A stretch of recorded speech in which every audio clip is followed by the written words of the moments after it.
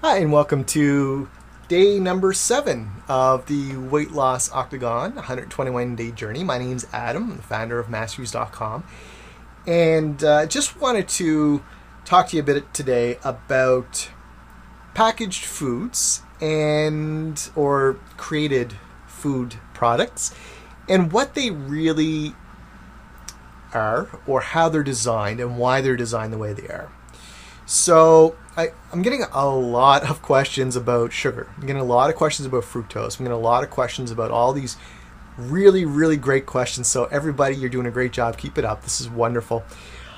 Just want to tell you about the bliss level or bliss point. And it's kind of something that a lot of food companies who create food stuffs that aren't real food, but that we tend to buy in packages and have a label on them.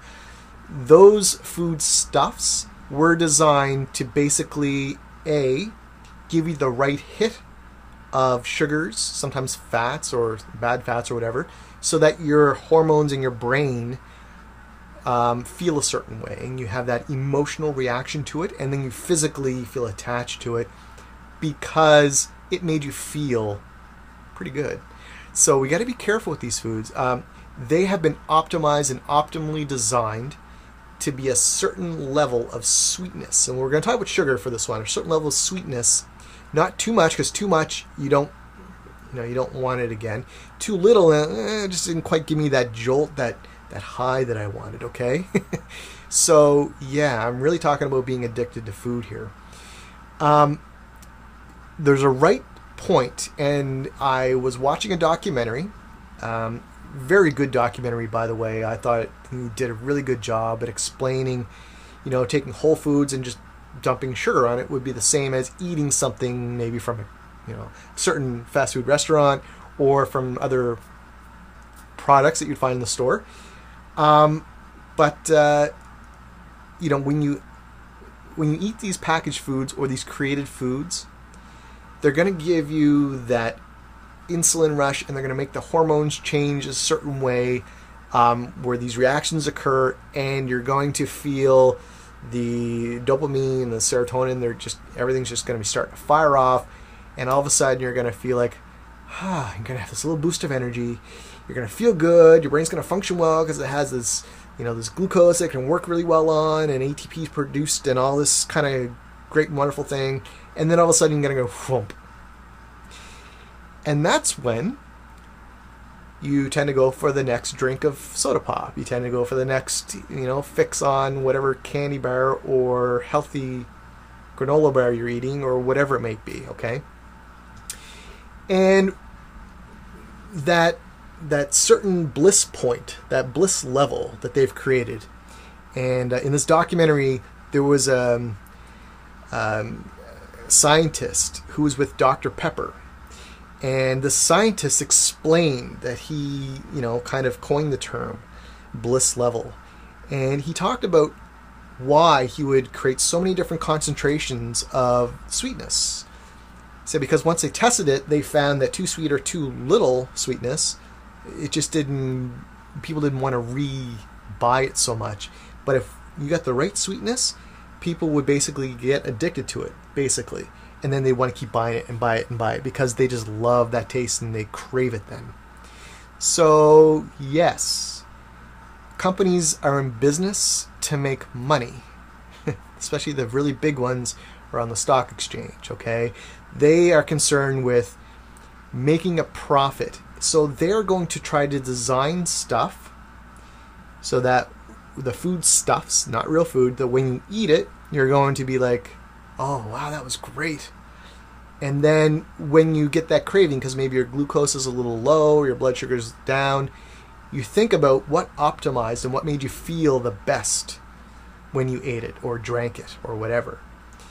And then you're going to crave that item that you purchased that made you feel that way and that gave you that bit of a rush. Your mind started feeling really good, but then you crash, and then so you'd want it again, and the cycle repeats. So mood swings occur, your hormones get all out of whack, you start to feel really groggy, and you're fogged up and you just don't feel good, but you still have that bliss level but it's a weird bliss level. You don't feel happy.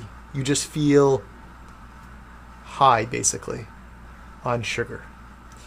So, you know, this is something that I really encourage people to be conscious about, to really think about.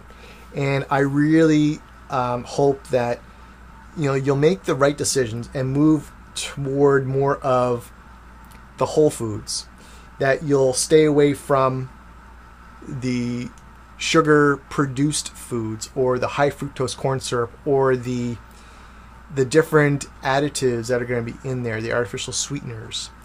You know, during the Strong Body System, what I am doing, I am trying to limit.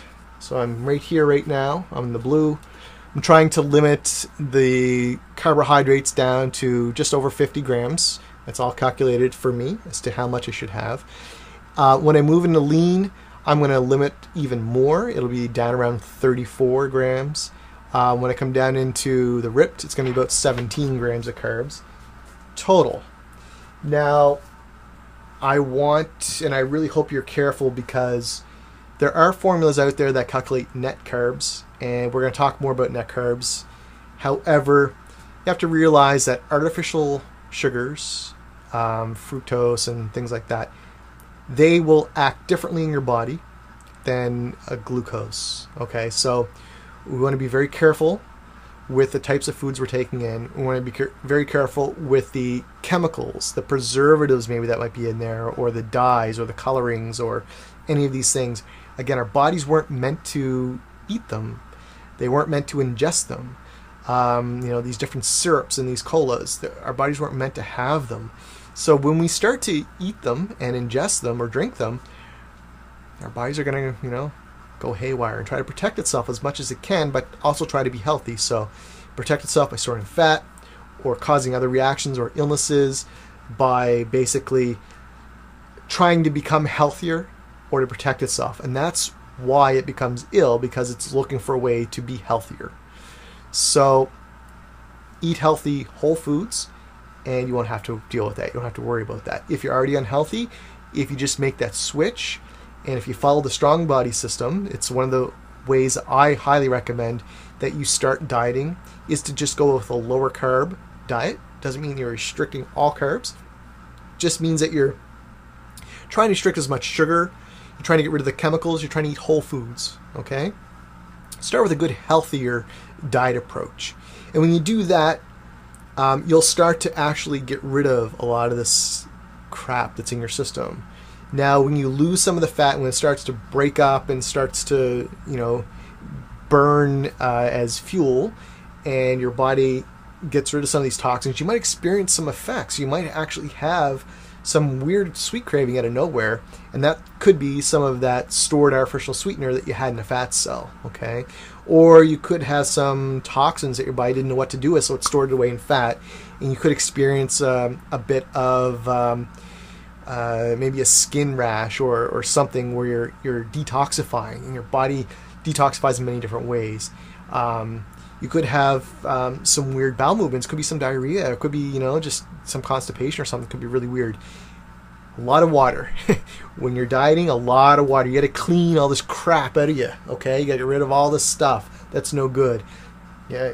So a lot of water. Optimize your water if you want to with lemon and a good source of natural salt like Himalayan rock. That's a pink crystal salt. Or you can go with a good clean Celtic sea salt or something like that.